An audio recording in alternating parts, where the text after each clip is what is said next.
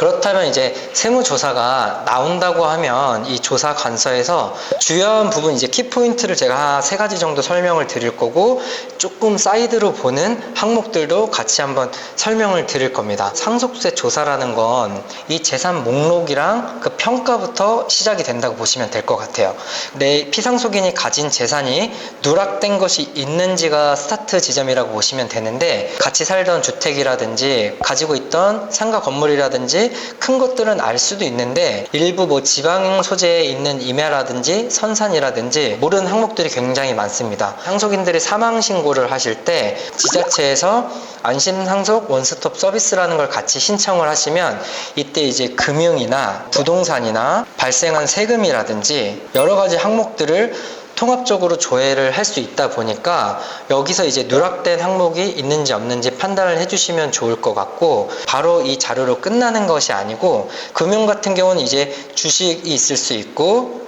예금이 있을 수 있고 또 뭐 보험금이 있을 수 있죠. 이 가액들에 대해서 상속 재산에 어떻게 반영할지를 평가가 들어가야 되고, 또 부동산이 있다고 하면 주택이 있을 수도 있고 상가가 있을 수도 있고 일반 토지, 이런 것들을 어떻게 평가를 하는지가 상속세 조사의 스타트 지점이라고 보시면 될 것 같습니다. 그리고 이제 두 번째 보는 부분은 이 두 개를 같이 묶어서 설명드리면 좋을 것 같은데, 저희가 상속세 세무조사가 개시가 되면 이 재산 목록과 평가와 더불어서 주안점이 되는 부분이 금융기록에 대한 부분이라고 보시면 좋을 것 같아요. 가장 많은 시간이 할애될 정도로 꼼꼼하게 검토하는 항목 중에 하나인데, 이 금융에 대한 부분은 조사관 분들이 접근하는 포인트가 크게 2가지가 있다고 보시면 되는데, 상속이 개시가 됐을 때 돌아가신 날짜 기준으로 2년 이내에 재산을 처분했거나 현금을 인출했거나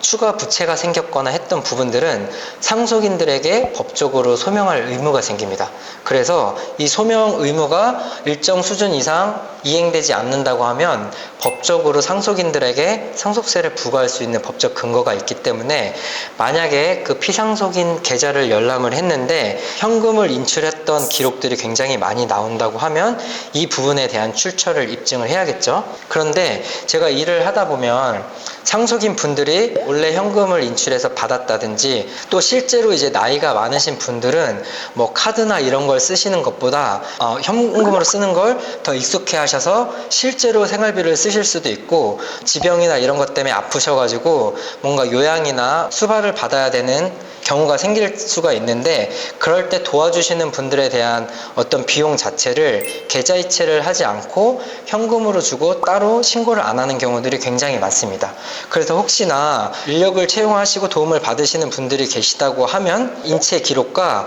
현금을 인출하실 때도 무슨 목적으로 인출을 하셨는지를 꼭 기록을 해두시면 도움이 되실 것 같고, 이게 법 기준으로 봤을 때는 1년 내 2억, 2년 내 5억 이상이라고 하면 추정 상속 재산이라고 해서 과세할 수 있는 근거가 생기고, 납세자는 2억 원이나 현금 인출액의 80%를 소명을 하지 못하면 과세를 할 수가 있습니다. 그래서 이 부분이 금융 기록을 검토를 할 때 당장 제일 중요한 부분이라고 보시면 될 것 같고, 꼭 이게 아니더라도 통상적으로 금융 기록 열람이 되면 과거 10년치 조회가 들어가는데, 그 10년치 조회가 들어갈 때 사전 증여했던 부분이 있는지를 주로 쳐다보게 됩니다. 만약에 신고가 했다고 하면 상관이 없고, 신고가 안 됐다고 하면 뒤늦게 포착이 돼서 증여세를 부과할 수 있고 본세와 더불어서 가산세도 나올 수가 있죠. 그리고 증여세가 신고가 됐다고 해도 상속인의 경우 10년, 상속인 아닌 경우 5년 동안 합산이 된다고 하면, 증여세라는 건 수증자별로